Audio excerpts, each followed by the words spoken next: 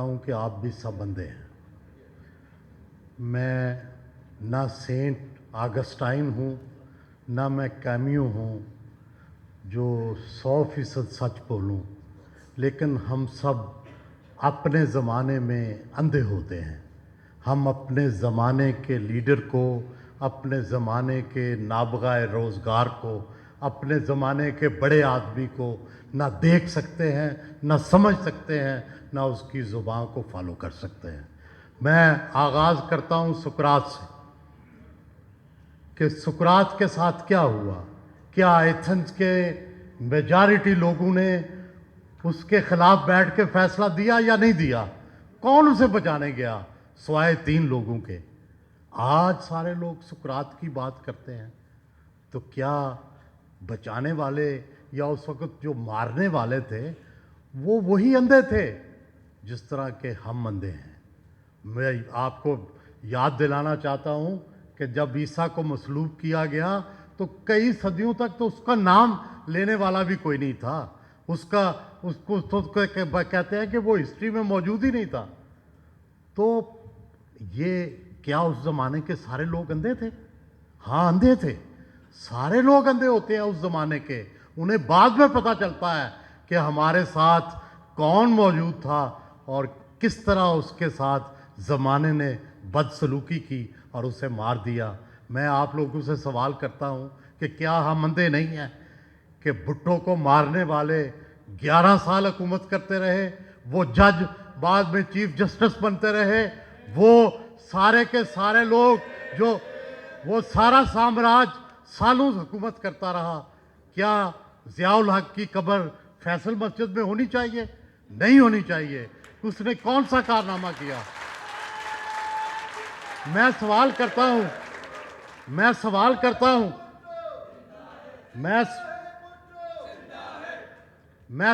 کرتا ہوں کہ بھٹو کو پھانسی دینے والے جو جج تھے ان کے بارے میں خود سپریم کورٹ نے یہ فیصلہ دے دیا کہ انہوں نے غلط کیا. تو کیا سپریم کورٹ میں ان ججوں کو جو چیف جسٹس اور جج تھے کم از کم ان کے نام پہ سیاہی پھیر دی جائے یا کم از ان کو پیلا کر دیا جائے؟ میں سوال کرتا ہوں کہ ذوالفقار علی بھٹو کی پھانسی وہ پہلا قدم ہے جس نے پاکستان کو منتخب حکومتوں، پاکستان کے عوام کی حکومت میں شرکت سے محروم کر دیا. جب تک بھٹو کی پھانسی کا مکمل سیاسی، قانونی، اخلاقی اس کا بدلہ نہیں لیا جاتا. میرا مطلب انتقام نہیں ہے، میرا مطلب اس چیز کو بدلنا ہے جہاں جہاں وہ لکھا گیا، جہاں جہاں وہ کیا گیا، جس نے کیا ان سب کے بارے میں نشاندہی. اور جب تک وہ نشاندہی نہیں ہوتی پاکستان کا نظام ٹھیک ہوگا، نہ پاکستان کے لوگوں کی جان محفوظ ہوگی، نہ کبھی مال محفوظ ہوگا، نہ کبھی آئین کی حکمرانی ہوگی، نہ کبھی یہاں منتخب حکومتوں کی حکمرانی ہوگی. پہلے آغاز وہاں سے ہو. اور میں یہ بھی گزارش کرنا چاہتا ہوں کہ یہ جو روایت ہے، سقراط کو علم تھا. اب تو وہ ساری چیزیں تاریخ میں موجود ہیں. سقراط کے پاس لوگ گئے، انہوں نے کہا آپ کے بھاگنے کا، فرار کا انتظام ہے، اور ساتھ والی جو اسٹیٹ ہے وہاں کی بھی ہم نے بات کر لی ہے، تو آپ کو یہاں یہ محافظ بھی ہم نے خرید لیا ہے، تو آپ جا سکتے ہیں.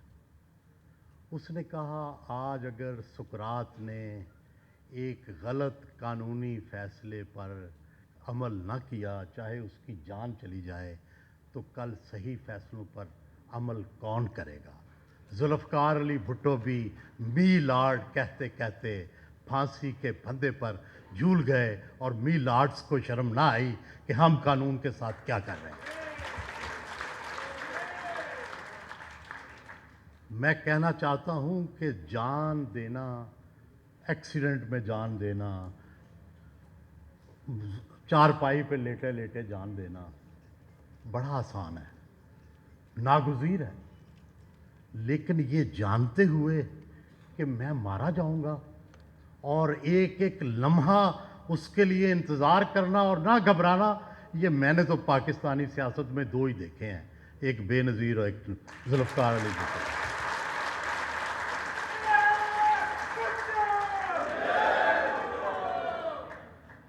مجھے یاد ہے یہ جو صورتحال ہوتی ہے اس میں عجیب کنفیوژن ہوتا ہے. میں محترمہ سے لندن سے وہ آنے والی تھی, میں لندن ملا تو مجھے انہوں نے دعوت دی کہ آؤ ہائیڈ پارک میں واک کرتے ہیں.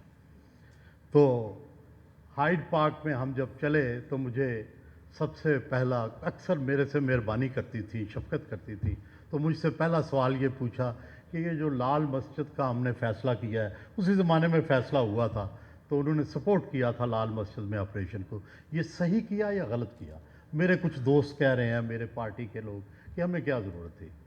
میں نے کہا بی بی بات یہ ہے کہ فیصلے تو مشکل ہی ہوتے ہیں.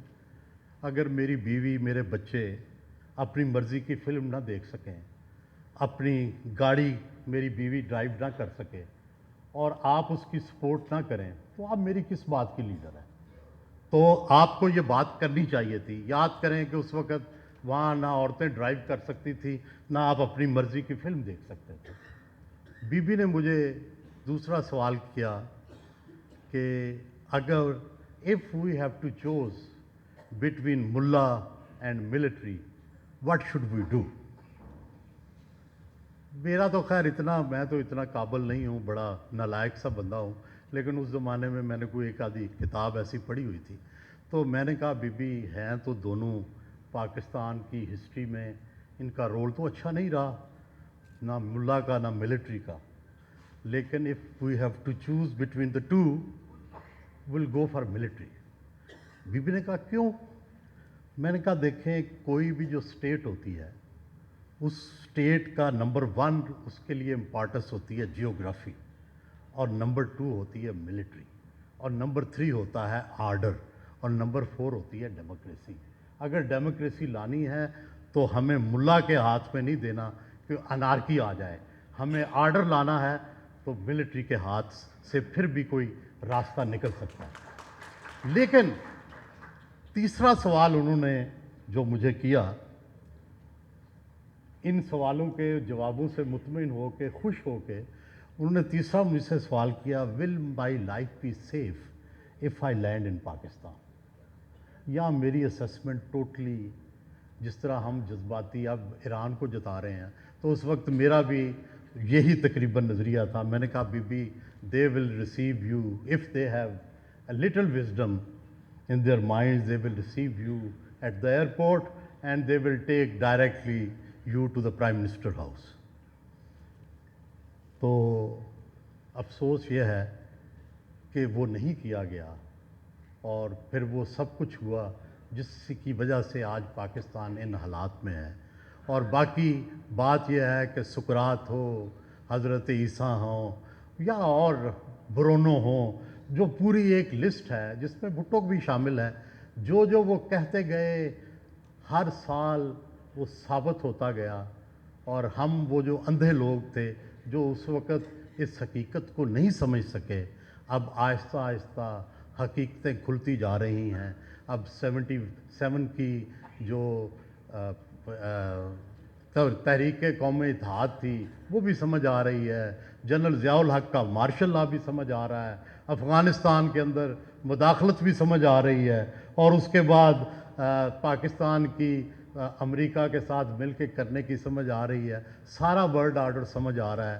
سمجھا بھٹو گیا تھا, ہمیں 60 سال بعد بھٹو کی سمجھ آ رہی ہے.